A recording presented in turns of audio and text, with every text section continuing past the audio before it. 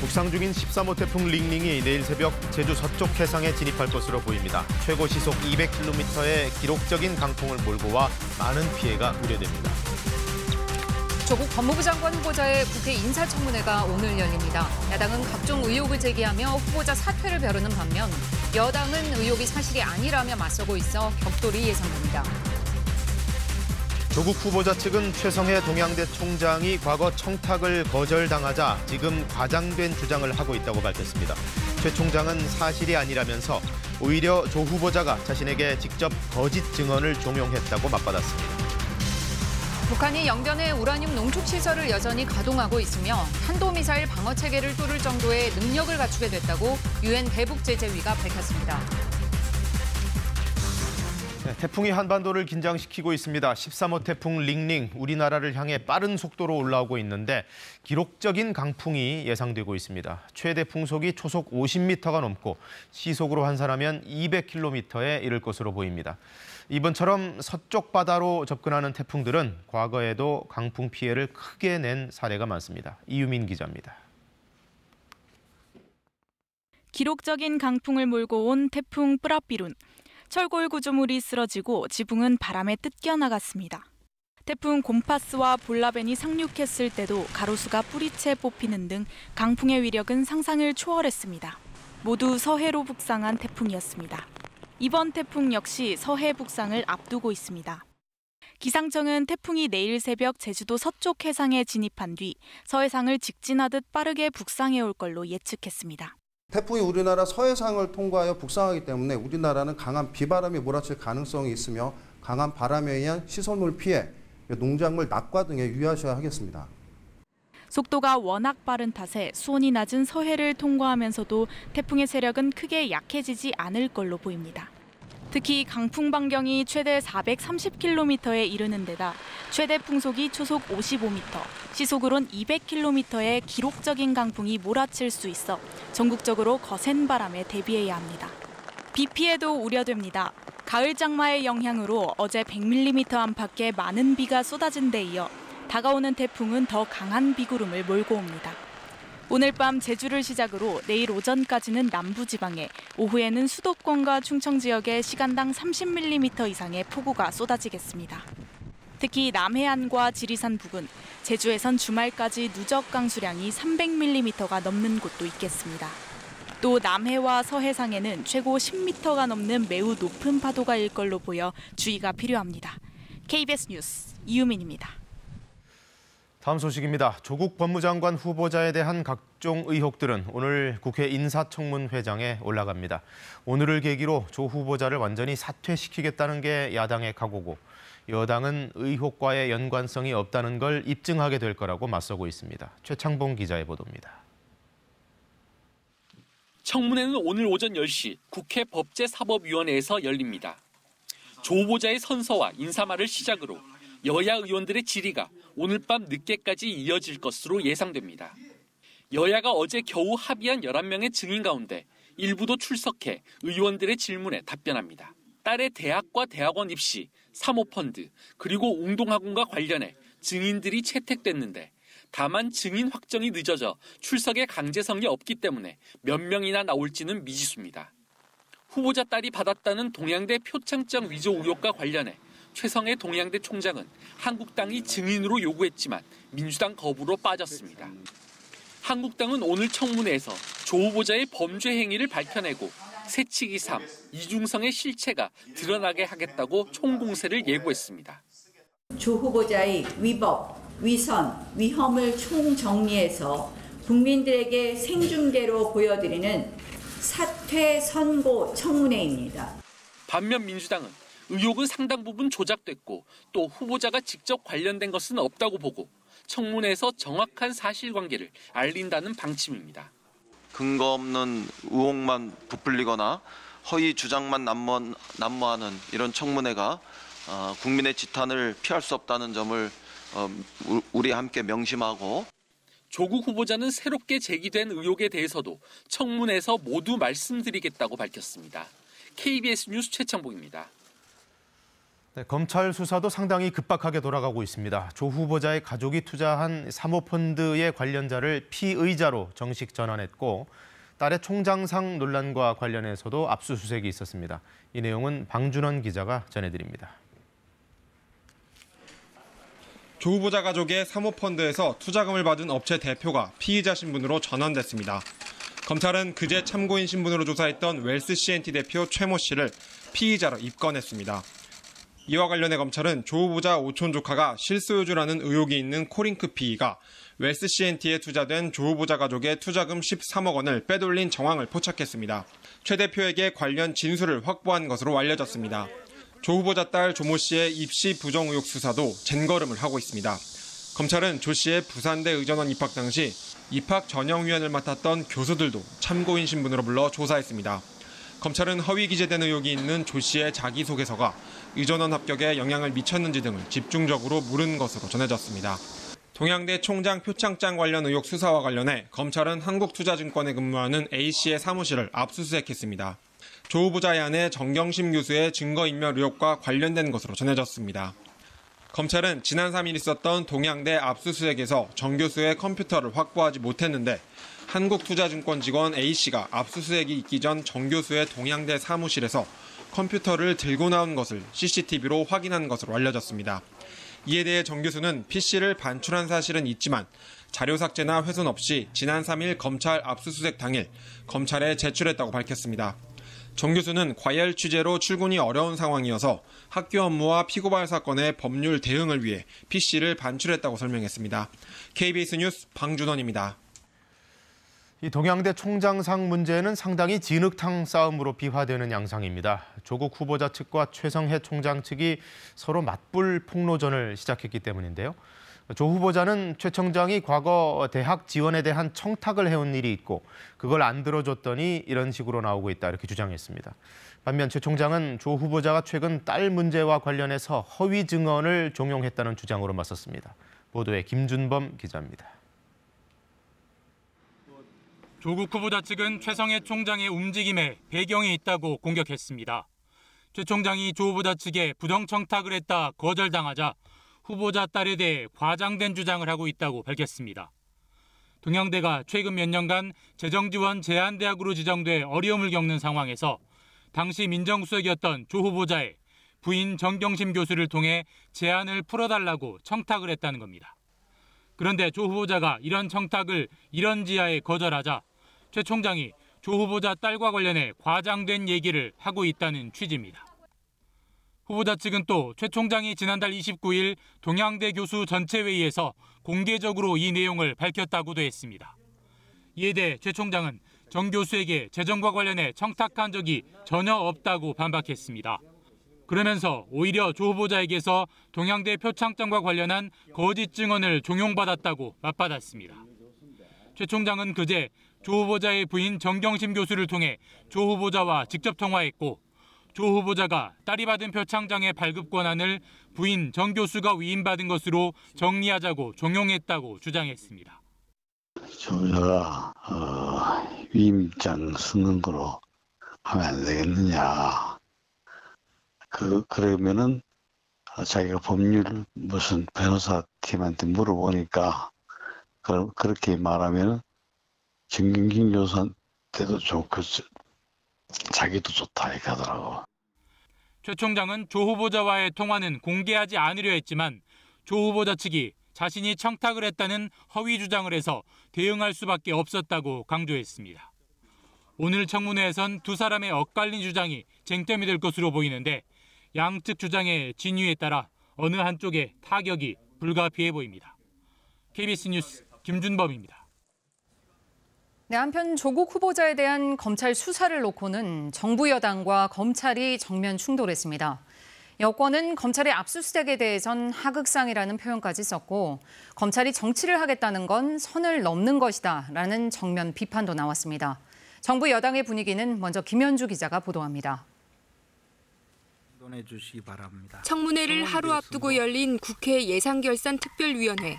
역시나 조국 후보자에 대한 질문이 쏟아졌는데 여당 의원들이 검찰을 정면 비판하고 나섰습니다. 한 학생의 대학원 진학 과정에 대한민국 최정예 검사들을 메모드급으로 배치해 수사하는 게 전례가 있는 일입니까? 이번 동양대 압수수색 건도 언론사 카메라가 따라갔습니다. 검찰 압수수색에 대해선 하극상이라고 했습니다. 압수수색이 이루어질 때 사무보고 규칙에는 장관께 최우선으로 보고하도록 되어 있습니다. 일종의 항명이요, 하극상이라고 밖에는 보이지 않습니다. 박상기 법무부 장관은 검찰 수사에 대한 우려를 밝혔고 의혹을 수사를 통해서 밝혀야 된다고 한다면은 앞으로 이 국회 인사청문회 제도가 사실상 불필요하게 될 상황이 오게 될 가능성이 있습니다. 대단히 이것은 우려스러운 상황이라고 보고요. 이낙연 국무총리는 현직 검사가 후보자 사퇴를 촉구하는 글을 올린 데 대해 이렇게 말했습니다. 검찰도요, 오직 진실로 말해야 되고 자기들이 정치를 다 하겠다는 식으로 덤비는 것은 검찰의 영역을 넘어가는 것이라고 생각합니다. 야당이 반발하자 수사 개입은 아니라고 해명했지만 살아있는 권력 수사하고 있잖아요. 잘하고 있지 않습니까? 총리님 입으로 그런 말 하시면 안 된다고요. 수사를 방해하고 있는 거 아닙니까 지금? 그럴 리가 있겠습니까? 검찰 수사의 시기와 방법, 강도의 적절성 논란이 있다는 입장은 고수했습니다. KBS 뉴스 김현주입니다. 검찰도 곧바로 정부 여당에 반박하고 나섰습니다. 검찰은 수사 독립이 침해된다, 수사 개입으로 보일 수 있다며 청와대 관계자의 발언까지도 맞받아쳤습니다. 매우 이례적인 검찰의 대응은 조태흠 기자가 보도합니다. 지난달 27일 박상기 법무장관은 조국 후보자 관련 검찰 압수수색을 시작 뒤에야 보고받았습니다. 국회에 나온 박 장관은 관련 질의에 검찰청법 제8조에 규정돼 있는 검찰에 대한 수사 지휘권 얘기를 꺼냈습니다.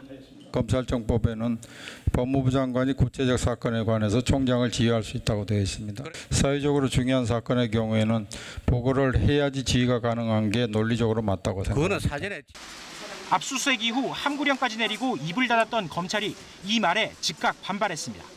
대검 관계자는 수사기밀은 사전에 보고하지 않는 것이 통상이라며 법무부 장관이 구체적 사건에 대해 수시로 수사를 지휘하고 사전에 보고받으면 검찰의 중립성과 수사 독립성이 현저히 훼손된다고 밝혔습니다.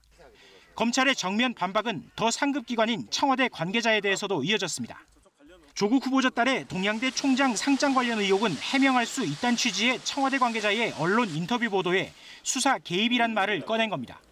대검 관계자는 이 보도 내용을 놓고 청와대의 수사 개입으로 비칠 우려가 있다며 매우 부적절하다고 밝혔습니다.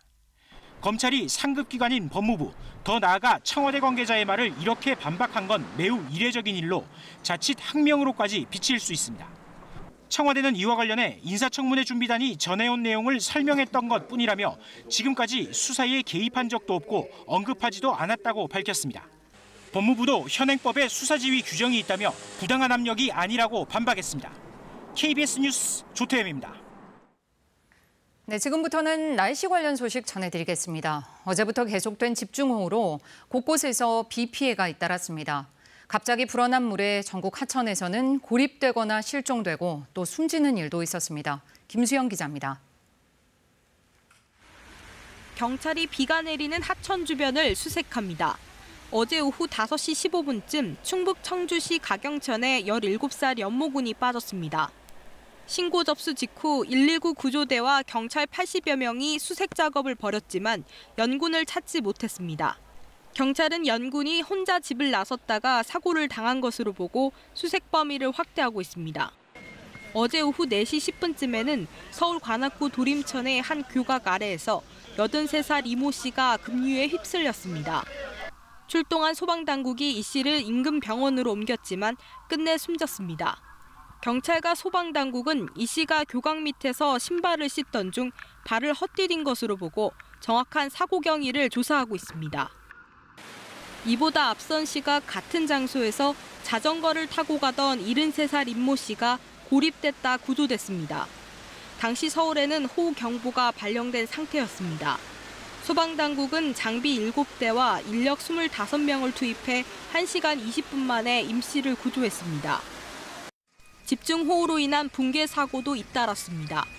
어제 오후 4시 40분쯤엔 충북 청주시 현도면의 한 공장의 촉대벽과 시설물 일부가 무너져 내렸고 서울 여의도의 지하도 공사장 인근에서는 지름 5m 규모의 싱크홀이 발생했습니다. KBS 뉴스 김수영입니다. 네, 중부지방에는 오늘까지 장맛비가 이어지겠고 초강력 태풍 링링이 올라오면서 제주는 오늘 오전부터 태풍의 영향권에 들겠습니다. 자세한 날씨 소식 알아봅니다. 베이지 캐스터, 제주엔 벌써 빗방울이 떨어지고 있다고요? 네, 현재 제주에는 먹구름이 가득 끼어 있습니다. 빗방울도 조금씩 떨어지고 있는데요. 바람도 강하게 불면서 물결도 조금씩 높게 일고 있습니다. 이 시각 제주 마라도의 모습입니다. 제주 남부 해상으로는 현재 태풍주의보가 발효 중입니다. 13호 태풍 링링은 중형급으로 강한 세력을 유지한 채 한반도를 향해 북상하고 있는데요. 내일 새벽에는 제주도 서쪽 해상까지 진출할 것으로 보입니다. 이후에는 서해상을 지나겠고 북한을 통과할 것으로 예상이 됩니다. 현재 제주 남쪽 해상에는 태풍주의보가, 그 밖에 제주 해상과 남해상, 서해 남부 해상으로는 풍랑주의보가 발효 중입니다. 제주도는 오늘 오후부터 태풍의 영향권에 들어가겠고 남부지방은 오늘 밤부터, 내일은 전국이 태풍의 영향권에 들 것으로 보입니다. 일요일까지 제주 남쪽 제주 산지로는 400mm 이상, 그 밖에 제주와 남해안으로는 100에서 200mm의 많은 비가 내릴 것으로 예상됩니다. 이번에는 비의 양도 많겠지만 바람도 이례적으로 강하게 불겠습니다. 내륙 지역으로는 순간 최대 풍속 시속 180km 안팎에 달하는 강풍이 몰아칠 것으로 보입니다. 이 시설물이 날아갈 위험이 있으니까요. 미리 철저하게 대비를 해주셔야겠습니다. 해안가로는 시속 200km 안팎에 달하는 강풍이 예상됩니다. 날씨 정보 전해드렸습니다. 문재인 대통령은 라오스 방문을 끝으로 아세안 순방을 마치고 오늘 귀국합니다. 이 소식은 홍성희 기자가 보도합니다. 총 길이 5,000km의 메콩강, 이중 2,000km가 라오스를 관통합니다. 한강의 4배 길이로 그만큼 수자원이 풍부합니다. 우리 정부 지원으로 제방과 도로, 공원을 만드는 현장을 문 대통령이 찾았습니다. 한메콩 협력 비전을 밝혔습니다. 한국은 메콩 국가들과 함께 번영하길 바라며 한강의 기적이 메콩강의 기적으로 이어지길 기대합니다. 경제개발, 특히 농촌개발 경험을 공유하겠다며 메콩강의 수자원 관리를 돕겠다고 했습니다. 도로와 다리, 철도와 항만 건설도 지원하겠다고 말했습니다. 앞서 열린 정상회담에서 문 대통령은 SK건설이 짓던 댐이 붕괴한 것에 대해 사고 이후에도 한국 기업에 신뢰를 보내줘 감사하다고 말했습니다. 비온 뒤 땅이 굳는 것처럼 양국 관계가 단단해지길 바란다고 말했습니다. 문 대통령은 이번 태국, 미얀마, 라오스 방문으로 아세안 10개 나라를 임기 내에 모두 방문하겠다는 공약을 완료했다고 청와대는 밝혔습니다. 지난해 아세안과의 교역액은 1,600억 달러, 중국 다음이었습니다. 이번 순방을 통해 신남방 정책에 대한 지지를 확인하고 견인하는 계기가 됐다고 청와대는 설명했습니다. 생산기지로서 역할뿐만이 아니라 소비시장 및 직접 투자시장으로서 아세안 및 인도의 전략적 의미는 매우 크다 할 수 있습니다. 문 대통령은 오늘 오후 귀국하는데 당장 현안이 많습니다. 조국 후보자와 관련한 그동안의 경과와 청문회 내용 등을 보고받을 것으로 보입니다. 또 북상하는 태풍 링링의 상황과 대책도 직접 점검할 예정입니다. KBS 뉴스 홍성입니다. 유엔 대북제재위원회가 북한에 대한 새로운 분석을 내놨습니다. 핵실험은 한동안 중단한 게 맞지만 우라늄 농축은 계속해왔고 동시에 탄도미사일 방어체계를 뚫을 수 있는 새로운 미사일도 개발했다는 겁니다. 뉴욕에서 김철우 특파원이 전해왔습니다. 영변에 우라늄 농축 시설이 여전히 가동되고 있다. 유엔 안보리 산하 대북제재위원회는 북한이 2017년 말 이후 핵실험과 대륙간 탄도미사일 시험 발사를 중단했지만 핵과 미사일 프로그램 개선 작업을 계속하고 있다며 이같이 밝혔습니다. 제재위 전문가 패널이 지난 2월부터 지난달 초까지 북한의 안보리 제재 위반 사례를 평가한 보고서를 통해서입니다. 대북제재위는 영변 핵시설 경수로 건설 작업과 구룡강 준설도 지속적으로 관찰되고 있다고 전했습니다. 최근 새로 등장한 북한 미사일이 탄도미사일 방어체계를 뚫을 정도의 능력을 갖추게 됐다는 우려도 내놨습니다. 지난 5월 4일과 9일 발사한 단거리 탄도미사일의 비행 궤적이 예전 스커드 미사일보다 평탄화돼 미사일 방어망을 뚫을 수 있게 됐다는 겁니다. 위성 사진을 통해 고체 연료 생산 시설이 확인됐고 다양한 형태의 이동식 발사대가 등장한 것도 북한의 미사일 기술이 발전한 증거라고 평가했습니다. 유엔 대북제재위원회는 액체 연료를 썼던 노동미사일 발사기지에 고체 연료를 사용하는 북극성 2호가 배치된 것이 포착됐다며 대륙간 탄도미사일의 1단계 고체 연료 추진체 개발이 북한의 현재 목표로 보인다고 전했습니다. 제재위는 북한이 탄도미사일 시설을 분산시키고 지하로 숨기는 작업을 계속 진행 중이라는 점을 강조했습니다. 또한 정찰 총국 주도로 전 세계 금융기관이나 가상화폐 거래소를 상대로 사이버 해킹을 해 최대 20억 달러를 탈취했다고 전했습니다. 뉴욕에서 KBS 뉴스 김철우입니다. 한 신입사원이 입사 3일 만에 교육 담당 직원에게 성폭행을 당했다고 폭로하면서 시작된 한샘 성폭행 사건. 어제 법원이 첫 판단을 내놨습니다. 가해자는 징역 3년의 실형을 선고받고 곧바로 법정 구속됐습니다. 1심 판결 내용을 김채린 기자가 전해드립니다. 2017년 10월 한 인터넷 포털 사이트에 가구업체 한샘의 신입 직원이 직장 내 성폭행 피해를 폭로했습니다.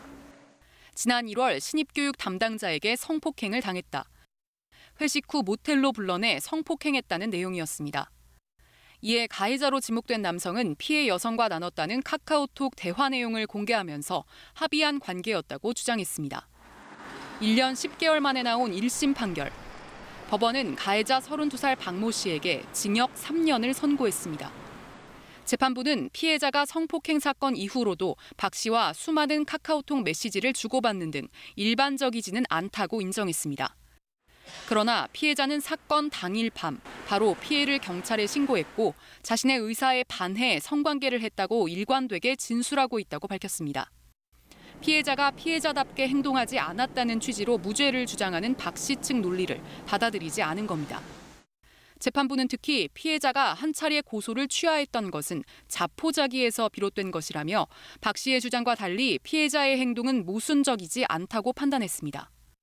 이어 피해자는 극심한 고통을 호소하는데도 박 씨는 오히려 무고와 명예훼손 고소로 대응하는 등 잘못을 반성하지 않고 있다며 양형 이유를 설명했습니다.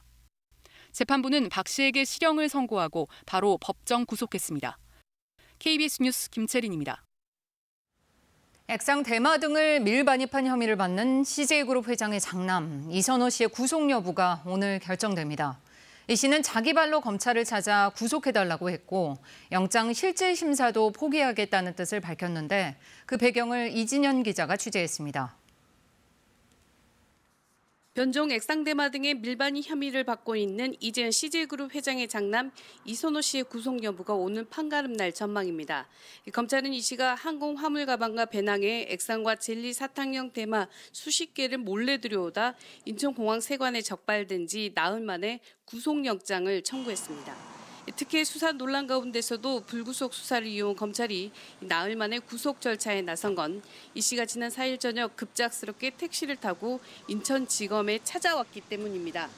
CJ그룹은 입장문을 통해 이 씨가 본인 잘못으로 주변 사람들이 고통을 받고 있는 것이 마음이 아프다며 하루빨리 구속되기를 원했다고 밝혔습니다. 결국 스스로 본인을 구속해달라는 이 씨의 행동에 검찰이 더 이상 불구속 수사는 어렵다고 판단한 겁니다. 이 씨는 어떠한 처분도 달게 받겠다며 오늘 예정된 영장 실질 심사를 포기하겠다는 뜻도 전달했습니다. 이 씨가 영장 실질 심사에 출석하지 않으면 법원은 서류 심사만으로 구속 여부를 결정하게 됩니다. 지난 4월 대마를 투약한 혐의로 구속된 SK 3세도 영장 실질 심사를 포기한 바 있습니다. 마약에 손을 댄 재벌가 자손들이 최근 이런 모습을 보이는 건 형량을 줄이고 여론을 잠재우기 위한 하나의 전략이라는 시선이 지배적입니다. KBS 뉴스 이진현입니다. 조국 법무부 장관 후보자의 딸이 고등학생 시절에 이름을 올렸던 대학 논문에 대해서 소속 학회가 취소 결정을 내렸습니다. 심사 결과 자격 요건이 안 되는데 저자로 등록을 했고 그러므로 그 책임 교수의 연구 부정 행위에 해당한다는 겁니다. 송형국 기자가 보도합니다. 대한병리학회는 출판 윤리저자 자격에 대한 논의 결과 당시 고등학생이던 조국 후보자의 딸이 논문 제1저자로의 자격 요건을 충족하지 못했다고 밝혔습니다. 우선 1저자는 책임저자인 장영표 교수여야 한다는 것입니다. 제1저자가 잘못 표기된 것은 연구 부정행위에 해당된다는 게 병리학회의 판단입니다. 연구윤리위원회의 승인을 받았다는 당초 기재와 달리 승인받지 않은 사실도 확인됐습니다. 장영표 교수가 소명서에다가 각 저자들의 역할이 저자에 들어갈 만큼 기여를 하지 않았다라는 걸 시인을 했습니다. 허위 기재했다고도 인정했습니까? 네. 당초 대한병리학회는 논문의 책임저자인 단국대 의과대학 장영표 교수에게 그제까지 관련 내용을 소명할 것을 통보했습니다. 하지만 장 교수의 요청으로 기한을 하루 연기해 어제 저녁 관련 안건에 대한 논의를 시작해 결론을 내렸습니다. 조 씨는 단국대 의과학연구소의 2주간 인턴십 프로그램에 참여한 뒤 2008년 12월 대한병리학회에 제출된 영어 논문에 제1저자로 이름을 올렸습니다. 2010학년도 고려대 생명과학대학 입학 전형 당시에는 해당 논문에 이름이 올라갔다는 사실을 자기소개서에 언급하기도 했습니다. 논문은 이듬해 3월 대한병리학회지에 정식 등재됐지만 이번 논문 취소 결정으로 학회지 등재에서도 빠질 가능성이 커졌습니다. KBS 뉴스 송영국입니다. 우려에도 불구하고 일본이 후쿠시마 방사능 오염수를 바다에 방류할 가능성이 커지면서 우리 정부가 국제사회에 SOS를 쳤습니다. 원자력기구 IAEA에 서한을 보낸 데 이어 이달 열리는 IAEA 총회에서도 공동 대응을 제안하기로 했습니다. 정하연 기자의 보도입니다. 일본 후쿠시마 원전에 저장된 오염수는 115만 톤, 매일 170톤씩 늘면서 일본 정부는 3년 뒤면 저장시설이 포화 상태가 될 것으로 예상합니다. 일본 원자력규제위원회는 해양 방류를 주장하는 상황. 그렇게 되면 오염수는 1년 안에 동해까지 올 거라고 국제환경단체는 경고합니다. There will be migration of some of that material through the East China Sea into the East Sea. 우리 정부는 국제 공조로 맞서기로 했습니다. 정부는 국제원자력기구 IAEA에 서한을 보내 후쿠시마 오염수 처리는 인접국 국민뿐 아니라 해양 생태계에 큰 영향을 미칠 수 있는 지구적 관심사라며 심각한 우려를 전했습니다.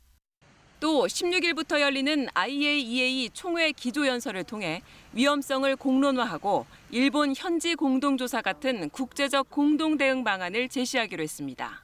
방사능으로부터의 안전 확보에 있어 IAEA의 역할의 중요성을 강조하고 지속적이고 적극적인 역할을 요청할 계획입니다. 정부는 IAEA가 특정 국가를 직접 규제할 권한은 없지만 후쿠시마 오염수에 대한 공동 권고안 등을 기대하고 있습니다. 정부는 이와 함께 해양 방류의 피해국이 될 수 있는 중국과 러시아, 미국 등 주변국들과 적극 공조하는 외교적 노력도 병행하기로 했습니다. KBS 뉴스 정하연입니다. 네, 무려 18년 동안이나 분쟁이 계속되고 있는 아프가니스탄에서 또다시 자살 폭탄 테러가 일어났습니다. 100명 넘게 사상자가 난 지난 2일 테러에 이어 사흘 만에 또다시 테러가 난 겁니다. 왜 지금 시점에 테러가 다시 잇따르고 있는지 박석호 특파원이 전해드립니다. 도심 한복판에서 흰 연기가 피어오릅니다. 10여 대의 차량이 처참히 부서진 채 도로 한복판에 멈춰서 있습니다. 어제 아프가니스탄 수도 카불 외교단지 인근에서 차량을 이용한 자살폭탄 공격이 일어났습니다. 이 폭발로 10명 이상이 숨지고 40여 명이 다쳤다고 아프간 내무부가 밝혔습니다.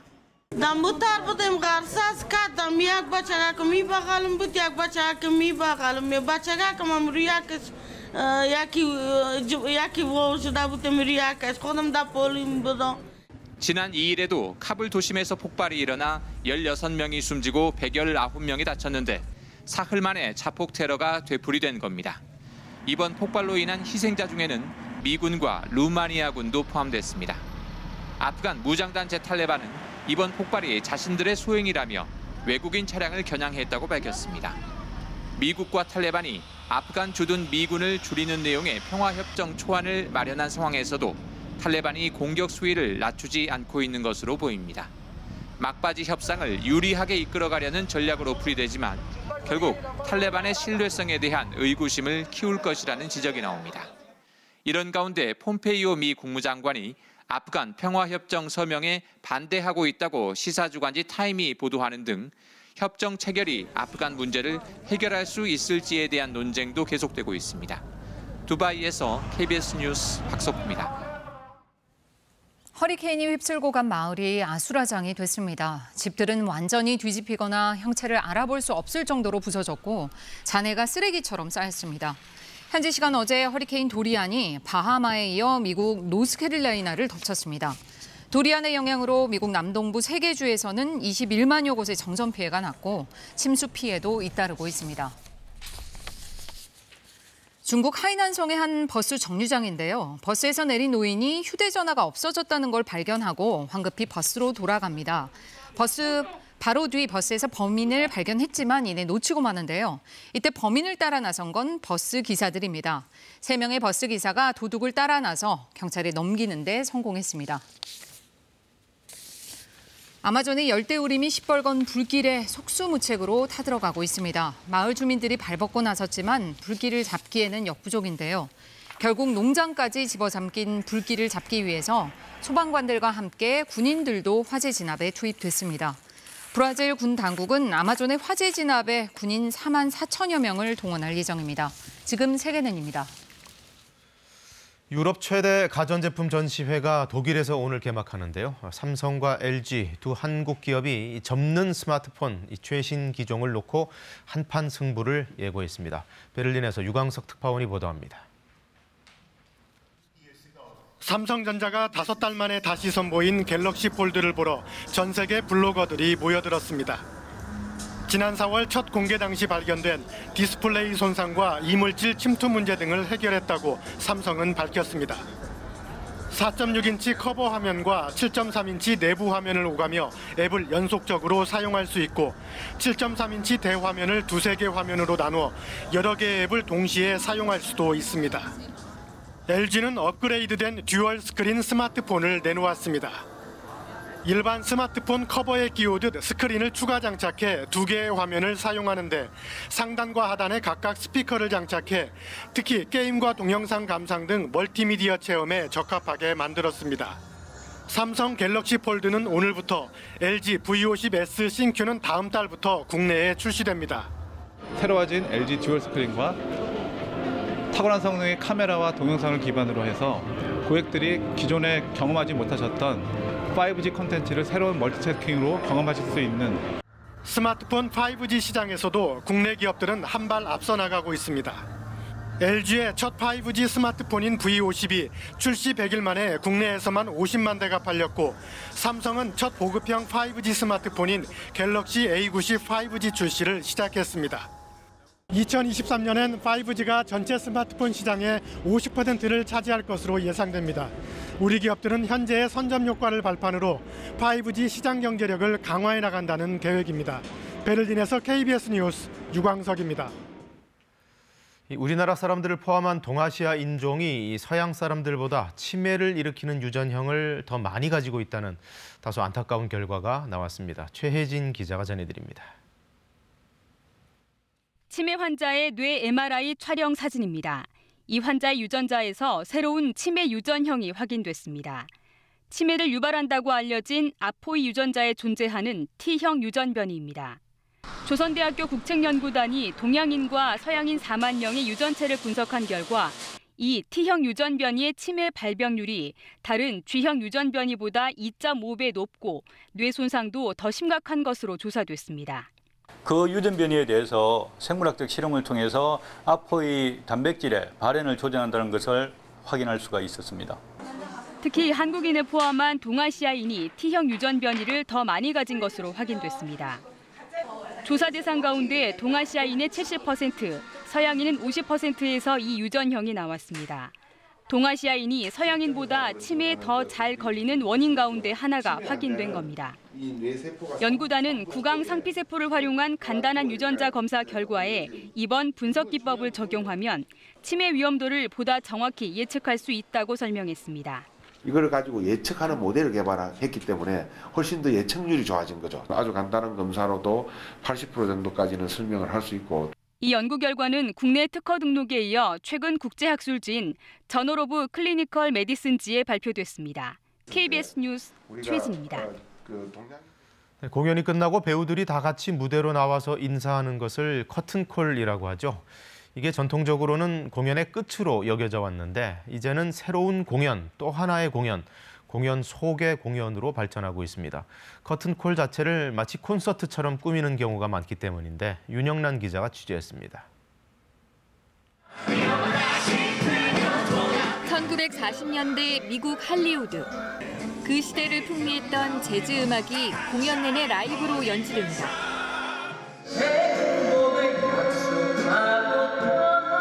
18인조 밴드는 아예 무대 위로 올라왔습니다. 막이 내리고 배우들이 인사를 마치는 순간 밴드가 무대의 주인공으로 변신합니다. 거의 재즈 공연을 보러 온 것 같은 느낌이 들 정도로 되게 좀 흥겨운 그런 무대였던 것 같아요. 록 가수인 주인공과 밴드 공연을 중심으로 이야기를 풀어가는 뮤지컬. 콘서트인지 본 공연이 언제 끝난 건지 헷갈리기까지 합니다. 콘서트의 전매 특허인 객석에 물 뿌리기, 현장 카메라 중계도 빠지지 않습니다. 커튼콜 때만큼은 관객들도 함께 뛰며 마음껏 즐깁니다. 가장 많이 환호할 수 있었고 같이 즐길 수 있었던 부분이라서 커튼콜도 되게 좋았어요. 뮤지컬 관객 200만 명 돌파를 기념해 마련한 이 커튼콜 행사에서도 객석 야광봉의 물결이 실제 콘서트장을 방불케 했습니다. 실제로는 5분 정도에 불과한 공연 속 공연 커튼콜이 또 하나의 흥겨운 무대로 관객들을 유혹합니다. KBS 뉴스 윤영란입니다.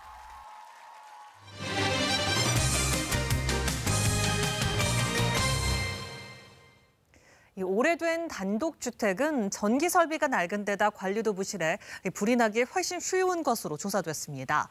특히 비바람이 몰아치는 태풍이 오면 화재 위험이 더 커지는 만큼 미리 대비가 필요합니다. 황경주 기자의 보도입니다.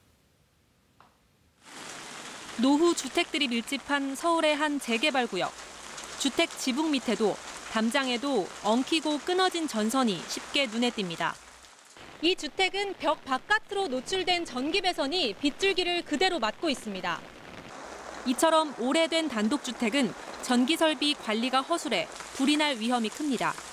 한국소비자원이 20년 넘은 단독주택 30곳을 조사해보니 60%는 누전 차단기가 없거나 불이 나기 쉬운 비닐 배선을 쓰고 있었습니다. 20%는 차단기를 외벽에 붙이는 등 전기 설비를 위험하게 설치해두고 있었습니다. 감전을 막는 접지를 설치한 곳은 단 한 곳도 없었습니다. 오래된 건물은 최근 강화된 안전기준을 적용받지 않기 때문입니다. 이렇다 보니 단독주택 화재의 62%는 20년 넘은 노후주택에서 발생합니다. 비바람이 몰아치는 태풍 시에는 화재 위험이 더 커집니다. 바람이나 이런 거에 의해서 강하게 전선이 왔다 갔다 흔들리게 되면 떨어졌다 붙었다 떨어졌다 하면서 불꽃이 팍팍 튀는 그런 열화 현상이 발생할 수 있거든요. 소비자원은 노후 주택에는 독거노인 등 취약계층이 주로 사는 만큼 정부 지원이 시급하다고 지적하고 안전이 의심될 때는 전기안전공사에 설비 점검을 신청하라고 조언했습니다. KBS 뉴스 황경주입니다. 당뇨병을 앓고 계신 분들의 걱정 중 하나가 저혈당 쇼크입니다. 체내의 포도당 수치가 갑자기 떨어져 심할 경우 정신까지 잃을 수 있는데요. 심지어 운전 중에 저혈당 쇼크가 아찔한 사고로까지 이어지는 경우가 발생하고 있습니다. 이 사고 예방법을 백상현 기자가 전해드립니다. 달리던 승용차가 멈추는가 싶더니 좌우로 비틀거리며 위태롭게 나아갑니다. 음주운전 신고를 받고 경찰차가 바짝 따라붙었지만 아랑곳하지 않습니다. 차량을 막 손짓하면서 이제 세웠어요. 보통 차문을 열면 이제 술 냄새가 나거나 얼굴이 빨개지거나 그렇게 되는데 그 운전자는 이 눈에 초점이 없었어요. 차에서 내린 후에도 운전자는 정신을 차리지 못합니다. 포도당이 정상 수치 아래로 급격히 떨어지는 저혈당 쇼크가 온 겁니다. 최근 부산의 한 터널에서도 60대 남성이 운전 중 저혈당 쇼크로 정신을 잃어 경계석을 들이받는 사고가 났습니다. 저혈당 쇼크는 당뇨약을 먹는 환자가 제때 당분을 섭취하지 못하면 일어납니다. 뇌와 신경에 공급되는 포도당이 떨어지면 심할 경우 의식을 잃게 되며 운전 중에 일어나면 대형 사고로 이어집니다. 지난 2015년 창원에서도 시내버스 운전기사가 운행 도중 저혈당 쇼크로 정신을 잃어 한 명이 숨지는 사고가 발생했습니다. 전문가들은 전조 증상이 올 때 재빨리 대응하는 게 중요하다고 말합니다. 공복감, 손떨림, 식은땀 등이 나타날 수 있고 사탕 서너 개, 탄산음료 반절, 과일 주스 반절, 설탕 1스푼, 꿀 1스푼 등을 섭취하시면 도움이 되겠습니다. 현재 국내 성인 당뇨 환자 가운데 저혈당 쇼크가 발생할 고위험군 환자는 약 2만 3천여 명입니다. KBS 뉴스 백상현입니다. 40대 여성이 헌혈을 하다 갑자기 붉게 멍이 들며 팔 전체가 크게 부어오르는 고통을 호소하다 응급실에 실려갔습니다. 치명적인 사고는 아니었지만 혈액원 측은 응급처치가 미흡했다며 사과했습니다. 김혜주 기자의 보도입니다. 평소 헌혈을 자주 한다는 윤정희 씨는 최근 서울 미아동의 한 헌혈 카페에서 헌혈을 하다 응급실에 실려갔습니다. 심한 내부 출혈로 팔 전체가 붉게 멍이 들면서 크게 부어올랐습니다. 깨진 유리병으로 마구 여기를 찍는 느낌이었어요, 팔을. 그래서 굉장히 아팠어요. 내가 이 자리에서 사망할 수 있다는 그런 생명의 위협을 느꼈어요. 피를 뽑는 주사 바늘이 너무 깊게 들어가 혈관에서 출혈이 생긴 겁니다. 곧바로 응급치료를 받았지만 완치까지는 한 달 남짓 더 기다려야 합니다. 윤 씨가 더 황당했던 것은 혈액원 측의 초동 대처. 고통을 호소하는데도 이렇다 할 조치 없이 처음엔 반창고만 붙여줬습니다. 그분들은 그때 적극적이지 않으셨던 것 같아요. 그냥 이 정도로 심할지 몰라셨나 봐요. 자비를 들여 응급실까지 다녀왔지만 혈액원 측이 미안하다며 윤 씨에게 보내온 것은 파스와 영화표 2장이 전부입니다. 저희는 조금은 미비는 했지만 그래도 119 불러서 혈액원 측은 윤 씨처럼 헌혈 도중 피하 출혈이 발생하기도 한다며 이번 일로 시민들의 헌혈 참여에 나쁜 영향이 생기지 않기를 바란다고 밝혔습니다. 이에 대해 윤 씨는 피해자에 대한 성의 있는 조치가 우선이라며 지금이라도 혈액원 측이 적절한 보상에 나설 것을 촉구했습니다. KBS 뉴스 김혜주입니다. 이번 주말부터 2달 동안 서울 도심 곳곳에서 도시와 건축을 주제로 한 전시회가 열립니다. 전 세계 주요 도시를 소재로 한 예술 작품은 물론 미래의 도시를 형상화한 작품들도 엿볼 수 있는데요. 이수민 기자가 미리 다녀왔습니다. 은색 천막안, 붉은 천과 밝은 조명 아래 그림 여러 장이 걸려 있습니다. 아래엔 책자가 놓여 있습니다. 책자 안에는 전국의 찜질방 위치가 지도로 표시돼 있습니다. 미래의 주거 형태는 가족 중심이 아니라 전혀 모르는 타인과도 공존해야 하는 공간일 수 있다는 뜻입니다. 4층짜리 주택을 축소한 모형, 비슷한 건물 3채가 전시돼 있습니다. 집값이 비싸기로 유명한 런던과 브리스웰, 헬싱키 등 유럽 도시의 주택 문제를 극복하기 위해 대안을 제시한 작품입니다. 도시와 건축을 주제로 한 다양한 상상력을 감상할 수 있는 서울 도시건축 비엔날레의 모습입니다. 도시의 문제를 쉽게 이해하고 앞으로 살아갈 도시의 모습을 직접 만들어보자는 취지입니다. 원래 도시는 사람들이 자연스럽게 모여 사는 그 공동체였는데 이게 규모가 커지면서 시스템 중심으로 바뀌면서 인간이 거기서 빠져버렸습니다. 그래서 이 도시를 인간 중심으로 회복하는 것이 가장 중요하고 2017년에 이어 2번째로 열리는 올해는 자원과 인프라, 교통이 모두 모여 하나의 모습을 갖춘 도시를 뜻하는 집합도시를 주제로 잡았습니다. 2019 서울 도시건축 비엔날레는 이번 주말부터 동대문 디자인 플라자와 도니문 박물관 마을 등 서울 도심 곳곳에서 2달간 이어집니다. KBS 뉴스 이수민입니다. 네, 이 시각 현재 출근길 교통 상황 알아보겠습니다. 서울경찰청입니다. 안녕하십니까. 금요일 아침 교통정보입니다. 추석 명절을 앞두고 오늘부터 15일까지 열흘간 전통시장 주변 도로에 한시적으로 주정차가 허용될 예정이니 참고하시기 바랍니다. 경부고속도로 도심 방면 양재 IC에서 서초 IC 사이 평소와 비슷한 수준으로 밀리고 있고 동작대로 사당역에서 이수역 사이 양방향 속도 떨어집니다. 양재대로 수서나들목에서 삼성병원 부근까지는 소통 원활한 편이고 미아로 기름사거리에서 성신여대 이전까지 정체거리가 조금씩 늘어나고 있는 모습입니다. 경인로 도심 방면 오류IC에서 영등포역까지 드문드문 서행하고 있으며 그 밖에 종로와 을지로 등 도심권 대부분 구간 수월한 출근길 되고 있습니다. 이어서 교통통제 및 혼잡 예상 정보입니다. 올림픽대로 청담대교에서 한남대교 사이 녹지관리공사로 오전 9시부터 오후 5시까지 부분 통제될 예정이며 토요일인 내일 서울역 앞에서 오후 1시 30분부터 저녁 7시까지 대규모 집회 후 3개 차로를 이용한 행진이 있을 예정입니다. 교통정보였습니다. 바람이 불어오는 곳 그곳으로 가네 그대의 머릿결 같은 나무 아래로 덜컹이는 기차에 기대어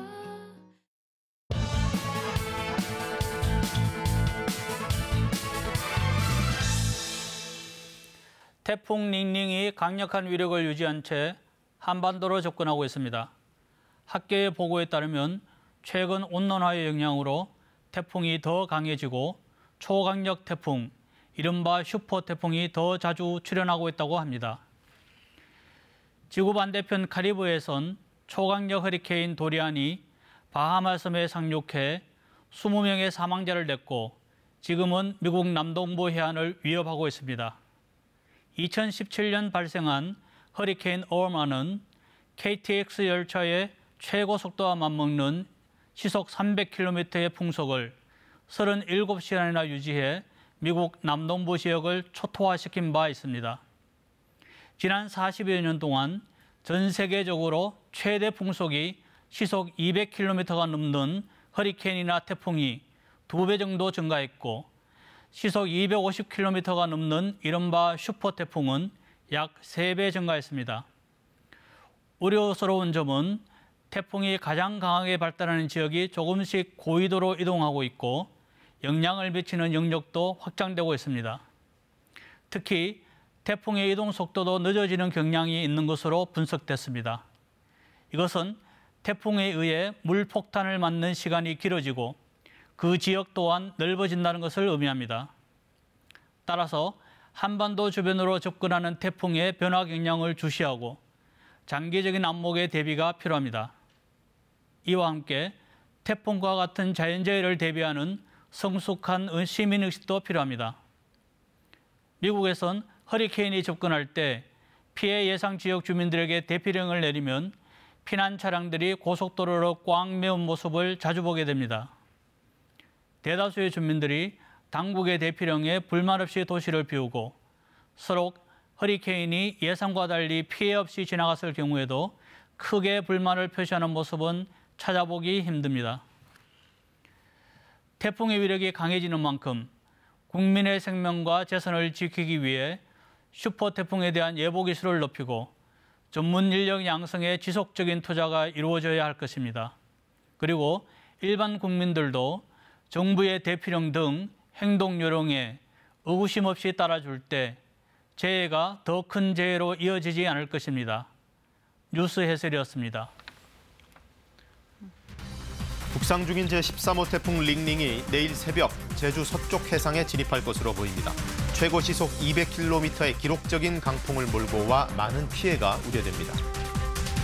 조국 법무부 장관 후보자의 국회 인사청문회가 오늘 열립니다. 야당은 각종 의혹을 제기하며 후보자 사퇴를 주장하는 반면 여당은 의혹이 사실이 아니라며 맞서고 있어 격돌이 예상됩니다. 조국 후보자 측은 최성해 동양대 총장이 청탁을 거절당하자 지금 과장된 주장을 하고 있다고 밝혔습니다. 최 총장은 사실이 아니라면서 오히려 조 후보자가 자신에게 거짓 증언을 종용했다고 맞받았습니다. 북한이 영변에 우라늄 농축시설을 여전히 가동하고 있고 탄도미사일 방어 체계를 뚫을 정도의 능력을 갖추게 됐다고 유엔 대북제재위가 밝혔습니다. 정체전선에서 강한 비구름대가 발달하면서 현재 서해 5도에는 호우주의보가 발효 중인 가운데 장대비가 내리는 곳이 있습니다. 그 밖의 지역에서는 비가 소강 상태를 보이고 있는데요. 오늘 낮까지 중부지방에는 다시 강한 비가 내리는 곳이 있겠습니다. 수도권과 강원 영서, 충남 지역으로는 20에서 80mm, 그 밖의 지역은 오후에 소나기가 지나면서 10에서 40mm 정도의 비가 내릴 것으로 예상됩니다. 13호 태풍 링링은 중형급으로 매우 강한 세력을 유지한 채 북상하고 있습니다. 이 태풍은 내일 새벽 제주도 서쪽 해상까지 진출할 것으로 보이고요. 이후에는 서해상을 통과해 북한으로 지나갈 것으로 예상이 됩니다. 현재 제주 남부 해상에는 태풍주의보가 내려져 있고 그 밖에 제주 해상과 남해상, 또 서해 남부 해상으로는 풍랑주의보가 내려져 있습니다. 제주도는 오늘 오후부터 태풍의 영향권에 들 것으로 보이고요. 남부지방은 오늘 밤부터 태풍의 영향을 받겠습니다. 주말인 내일은 전국이 태풍의 영향권에 들면서 강한 비바람이 몰아치겠습니다. 일요일까지 제주 산지에는 400mm가 넘는 많은 비가 내리겠고 그 밖에 제주와 남해안, 지리산 부근으로는 100에서 200mm의 비가 쏟아지겠습니다. 이번에는 비의 양도 많겠지만 강한 바람도 주의하셔야겠습니다. 내륙 지역에서는 순간 최대 풍속 시속 180km 안팎에 달하는 강풍이 몰아치겠고 해안가로는 시속 200km 안팎에 달하는 강한 바람이 몰아치겠습니다. 가로수가 뽑힐 정도로 바람이 강하니까요. 시설물 피해 없도록 유의하셔야겠습니다. 날씨 정보 전해드렸습니다. 네, 금요일 아침에 전해드린 뉴스광장 여기서 마치겠습니다. 시청해주셔서 고맙습니다.